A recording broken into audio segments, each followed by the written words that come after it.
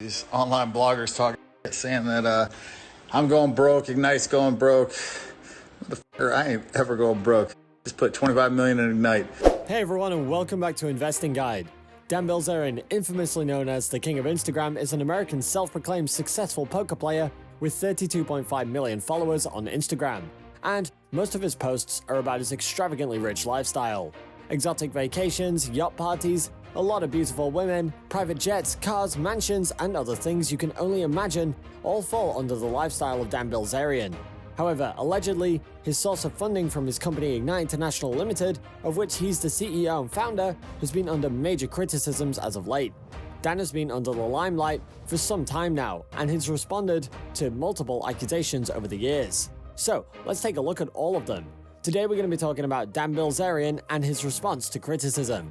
Make sure you stay tuned until the end, as you don't want to miss the most vital information we have to share with you on Dan Bilzerian's response to criticisms. 1. Dan Bilzerian's response to the $50 million Ignite loss. This first one is big, but stick with us. Many people were shocked when Ignite International Limited reported a loss of over $50 million last year, which has been widely attributed to the CEO's, Dan's, extravagant spending. Even the house he apparently owns and everything else, the models, the flights, the yachts, etc., is charged to the corporate tab of Ignite International Limited.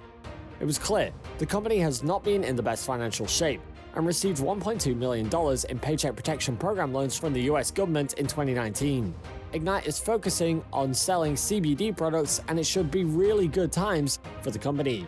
Due to the pandemic, people are locked in their houses. They're sitting around doing nothing and using cannabis. However, unlike other companies that are somehow related to cannabis, Ignite claims to have lost money due to the pandemic and quarantine, while other companies have successfully increased their sales, as for 8 months, people have just been sitting at home and using cannabis. Weird, right? Moreover, Ignite already had problems before quarantine, so the stories that COVID-19 is to blame may be nothing more than excuses. Neither Dan nor Ignite's superior personnel wanted to comment on this story, but the company's annual report speaks volumes, so probably that's why there was no reply or comment on the situation. Anyone who wants to can have access to Ignite's annual report, as it is a publicly traded company, so it must be shared to the company by law. Moreover, seeing big money spending on marketing and traveling, people can guess what it really means. Ignite calls it marketing expenses, luxury parties, expensive food, models, houses, thousands of dollars spent all to boost Bilzerian's Instagram following and help Ignite. Also, Bilzerian has continuously cashed out for models that permanently accompany Bilzerian wherever he goes. And all of that was made with investors' money. However, there was one more scandal. Dan Bilzerian has fired Curtis Heffernan, who was the vice president of Ignite. First, no one knew the real reason why Curtis Heffernan was fired, but then the secret was revealed. According to Heffernan's suit, complaining about Dan Bilzerian's addiction to spending company money and objecting to various expenditures are what got him fired. Just imagine, he was allegedly fired because he failed to approve the expensive lifestyle and expenditure of the CEO. For example, Dan Bilzerian was renting his mansion in LA and didn't pay for that. The one who paid the check was Ignite. The lease on his home in the swanky Los Angeles hills is $200,000 per month. The budget the vice president refused to approve contained a ping pong table which cost as much as $15K. It also contained a rock climbing wall which costs $40K and Bahamian photoshoot. A June report by the company's auditors flagged expenses that were unusually large or appeared to be unpersonal in nature, including an Ignite payment of $50,000, of $793,000 for a yacht rental, $128,000 for a 2-night stay in London, and deliveries of razors, amongst other things. These are not, however, the last situations where Dan was accused of a liar or as a fraud. When it came to comments about what is going on with the company, Bilzerian said, "I ain't ever going broke," and just put $25 million into Ignite. So actually, he was kind of telling the truth, because according to the latest news, Dan Bilzerian put $25 million into Ignite. Yes, the king of Instagram is having a very tough time right now, but he made a crazy decision to put $25 million into Ignite, which shocked everyone. The latest press statement from Ignite discloses that Dan Bilzerian plans to attain 50,000 proportionate voting shares of the company for an aggregate subscription of 5 million Canadian dollars. In addition, Dan Bilzerian will settle 20 million Canadian dollars of convertible debentures with an outside creditor.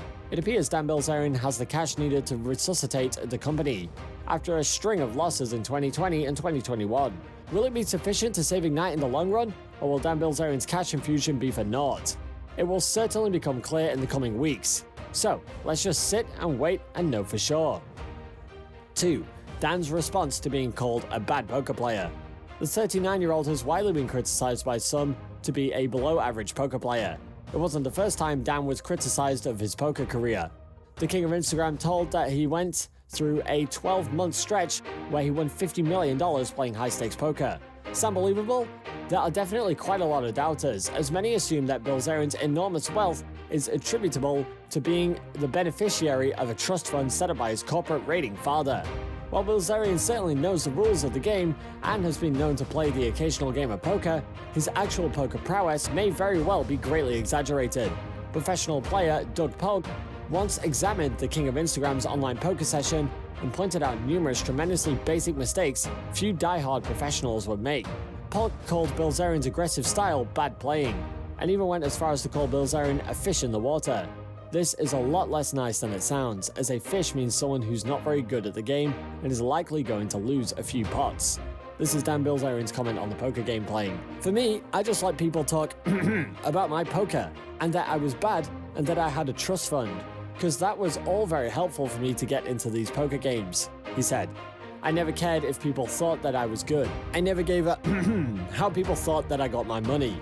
Moreover, there are many YouTube reviews and professional poker players analyzing Dan's play, with many not having anything good to say. 3. Dan's response to being a trust fund baby.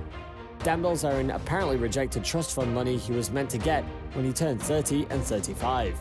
And the general consensus seems to be that said fund might very well come from his father, the 1980s corporate takeover specialist Paul Bilzerian. Paul Bilzerian got in serious hot water after violating a bunch of laws with his takeover attempts, so he was sent to prison and sentenced to pay a massive fine. The Securities and Exchange Commission in the US claims he still owes them $62 million, which to date has not been paid off completely. This money was transferred through trust funds and shell companies until out of the reach of the US justice system. These allegations are very serious because Dan Bilzerian's father is no longer allowed to operate a public company due to being a convicted felon. According to the complaint, Paul Bilzerian was allegedly involved in management meetings at the Ignite company and still is involved in making decisions alongside his son. However, Dan claims he rejected trust fund money he was meant to get when he turned 30 and 35. He said, "I gave it all back.